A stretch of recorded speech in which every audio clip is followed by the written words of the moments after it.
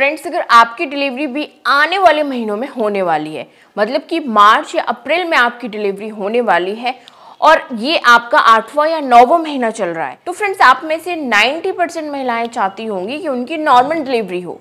तो आज हम इस वीडियो में कुछ बहुत ज़्यादा ज़रूरी बातें जानने वाले हैं जो आपकी नॉर्मल डिलीवरी में बहुत ज़्यादा हेल्प करेंगी। और अभी जैसे कि आपकी डिलीवरी में बहुत ही कम समय बाकी है, मतलब अभी अगर आपको लग रहा है कि शायद मेरी नॉर्मल डिलीवरी पॉसिबल नहीं हो पाएगी, तो आप कैसे उसको पॉसिबल कर सकते हो, इसके बारे में भी आज हम इस वीडियो में जानने वाले हैं। तो मतलब टोटली ये वीडियो बहुत ज़्यादा हेल्पफुल है आप सभी के लिए, क्योंकि फ्रेंड्स क्या होता है कि नॉर्मल डिलीवरी के टाइम पे अगर कोई भी छोटे से छोटा कॉम्प्लिकेशन भी आपको होता है ना, आपके शरीर में कोई भी कमी होती है ना छोटी से छोटी, तो डॉक्टर को बहाना मिल जाता है कि सॉरी आपकी सिजेरियन डिलीवरी करनी पड़ेगी।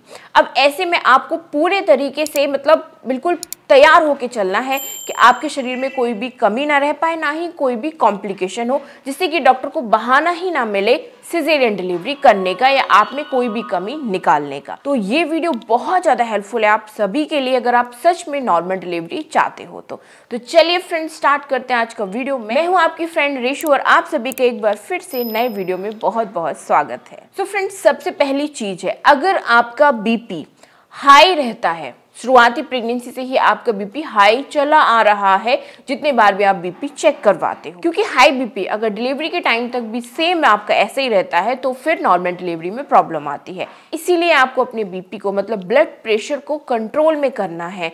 आपको ज़्यादा नमक का सेवन नहीं करना चाहिए, क्योंकि जितना ज़्यादा नमक का सेवन आप करोगे आपका बीपी उतना ही ज़्यादा हाई होगा। और साथ ही साथ घी, तेल से बनी हुई ज़्यादा चीज़ें, इनका सेवन करना भी आप बंद कर दीजिए, नहीं तो फिर और ज़्यादा बीपी आपका हाई होने लगेगा और नॉर्मल डिलीवरी में रिस्क पैदा करेगा।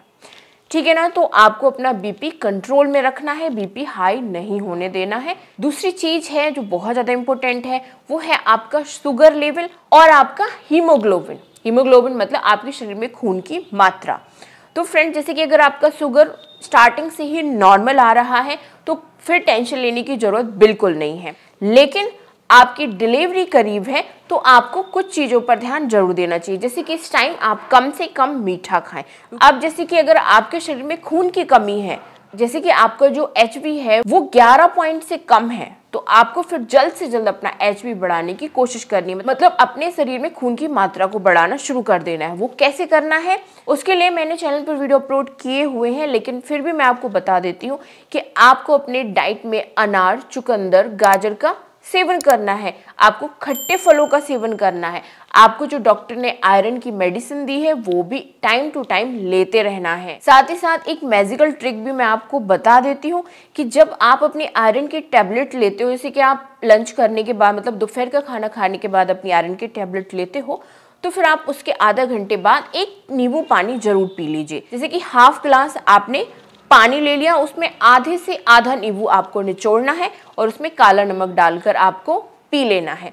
इससे सर्दियाँ आपके शरीर में हीमोग्लोबिन लेवल बढ़ने लगता है और शरीर में खून की कमी पूरी होती है, क्योंकि अगर डिलीवरी टाइम तक आपके शरीर में खून की कमी रहती है तो फिर ऐसे में डॉक्टर सिजेरियन डिलीवरी करते हैं। ठीक है, तो ध्यान दीजिए, खून की कमी को भी आपको पूरा करना है। तीसरी चीज़ है गर्भ में बच्चे का वजन। आपका इसे अल्ट्रासाउंड हुआ है, डॉक्टर ने बोला है कि बच्चे का वजन वीक के हिसाब से, महीने के हिसाब से कम है, तो ऐसे में फिर आपको जल्दी से ध्यान देना शुरू कर देना है। आपको क्या करना है, आपको प्रोटीन डाइट लेनी है। प्रोटीन डाइट में आप जैसे कि डेयरी प्रोडक्ट लीजिए। डेयरी प्रोडक्ट में आप दूध, दही, पनीर, छाछ, आप अगर नॉन वेजिटेरियन हो तो आप 2 बॉइल्ड एग डेली अपने नाश्ते में ले सकते हो। साथ ही साथ आप दालों का सेवन कीजिए, आप काजू भी खा सकते हो और टाइम टू टाइम अपना ब्रेकफास्ट, लंच और डिनर लेते रहिए, कुछ भी स्किप मत कीजिए। और अगर आपके डॉक्टर ने आपको प्रोटीन पाउडर दिया है तो उसको भी आप टाइम टू टाइम लेते रहिए। ये सारी चीज़ें ही घर में बच्चे का वजन बढ़ाने के लिए बहुत ज़्यादा हेल्प करेंगी। अगर बच्चे का कम वजन रह जाता है तो वो नॉर्मल डिलीवरी के लिए सक्षम नहीं हो पाते, उसमें इतनी ताकत नहीं होती है, कैपेसिटी नहीं होती है। लेकिन बच्चा अच्छे वजन का है, बच्चे में ताकत है, तो बच्चा नॉर्मल डिलीवरी के लिए खुद को पुश करता है, खुद बच्चा उसके लिए कोशिश करता है। तो इसीलिए बच्चे का नॉर्मल डिलीवरी के लिए वजन सही होना जरूरी होता है। जैसे कि अगर आपके बच्चे का वजन 2.5 किलो से लेकर 3.5 किलो तक है तो ये बिल्कुल नॉर्मल वजन माना जाता है। चौथी चीज जो आपको बहुत ज़्यादा ध्यान रखनी है वो है बाहर का खाना, ज़्यादा ऑयली फूड, मैदे से बनी हुई चीज़ें। इनसे क्या होता है कि आपका वजन बहुत तेज़ी से बढ़ सकता है, और जब वजन तेज़ी से बढ़ जाता है तो नॉर्मल डिलीवरी फिर आप भूल ही जाइए, होगी ही नहीं, गारंटी है। क्योंकि ज़्यादा वजन होने से बच्चे के बाहर आने का जो रास्ता होता है वो छोटा पड़ने लगता है, जिस वजह से फिर नॉर्मल डिलीवरी में प्रॉब्लम आती है। तो इसीलिए बाहर का खाना इस टाइम पे बिल्कुल बंद कर दीजिए, ज़्यादा मीठा खाना बंद कर दीजिए, और मैदा से बनी हुई चीज़ें, ज़्यादा तेल की बनी हुई चीज़ें भी बंद कर दीजिए अगर सच में नॉर्मल डिलीवरी चाहते हो तो। पांचवी चीज़ जो आपको ध्यान देनी है वो है आपके बच्चे की पोजीशन। अगर डॉक्टर ने आपको बताया है कि आपका बच्चा पेट में उल्टा है, आड़ा है, तिरछा है, मतलब बच्चे की पोजीशन ब्रीच है या ट्रांसवर्स है, तो फिर ऐसे में कुछ बातों का ध्यान देना जरूरी हो जाता है। जैसे कि आपको फिजिकली एक्टिव रहना स्टार्ट कर देना चाहिए, जैसे कि आप वॉकिंग करना स्टार्ट कर दीजिए, थोड़ी थोड़ी एक्सरसाइजेस करना आप स्टार्ट कर दीजिए। तो ऐसे में क्या होगा कि बच्चे को पेट में जगह मिलेगी, बच्चा अपनी पोजीशन चेंज कर सकता है। इसलिए एक्टिव रहना बहुत ज़्यादा ज़रूरी होता है। इस टाइम पे आप अपनी नॉर्मल डिलीवरी को और आसान बनाने के लिए ब्रीदिंग एक्सरसाइज भी कर सकते हो। जब आप नॉर्मल डिलीवरी के टाइम पुश करते हो तो इसमें आपको मदद मिलेगी। साथ ही साथ इस टाइम आप स्क्वाटिंग कीजिए, डक वॉक कीजिए, जैसे कि आपको कुकुड़ पोज में बैठ जाना है, आगे की ओर कदम रखना है, पीछे की ओर कदम रखना है, इस तरीके से आपको वॉक करनी चाहिए। इससे भी आपके बच्चे की पोजीशन सही हो जाती है, मतलब नॉर्मल डिलीवरी की पोजीशन में बच्चा आ जाता है। तो ये ट्राई आप जरूर कीजिए। इसके बाद नेक्स्ट पॉइंट है कि आपको शरीर में पानी की कमी नहीं होने देना है।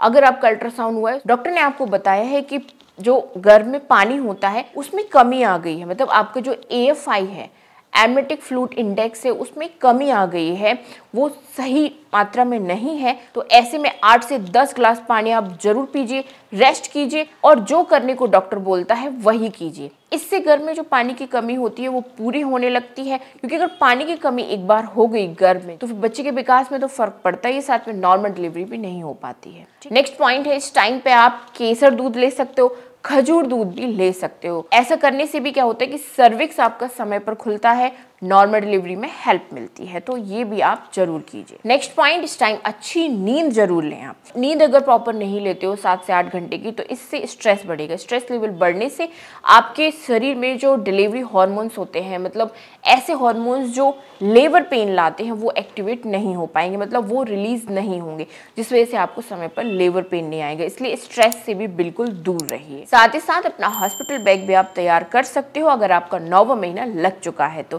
क्योंकि ये वो टाइम होता है जब आपको कभी भी लेबर पेन स्टार्ट हो सकता है। तो आप फटाफट जैसे पेन स्टार्ट हो, डिलीवरी के कोई भी सिम्टम देखें, आप हॉस्पिटल जा सको। लास्ट बट नॉट लीस्ट, किसी ना किसी को 24 घंटे अपने पास जरूर रखिए आप 9वें महीने में अगर चल रहे हो, क्योंकि जैसे मैंने बताया ना कि कभी भी लेबर पेन स्टार्ट हो सकता है, तो कोई ना कोई तो होना चाहिए ना आपके पास जो आपको तुरंत हॉस्पिटल लेकर जा सके। इसलिए इस टाइम अकेले ना रहें, फैमिली के साथ रहें। अगर आप हस्बैंड के साथ रहते हो तो फिर किसी न किसी को अपने पास आप जरूर रखिए 24 घंटे। सो आई होप आप इन सारी बातों का ध्यान रखेंगे, जिससे कि आने वाले महीनों में जो आपकी डिलीवरी होने वाली है वो नॉर्मल ही हो और आपका बच्चा स्वस्थ तरीके से, हेल्दी तरीके से आपके पास आए।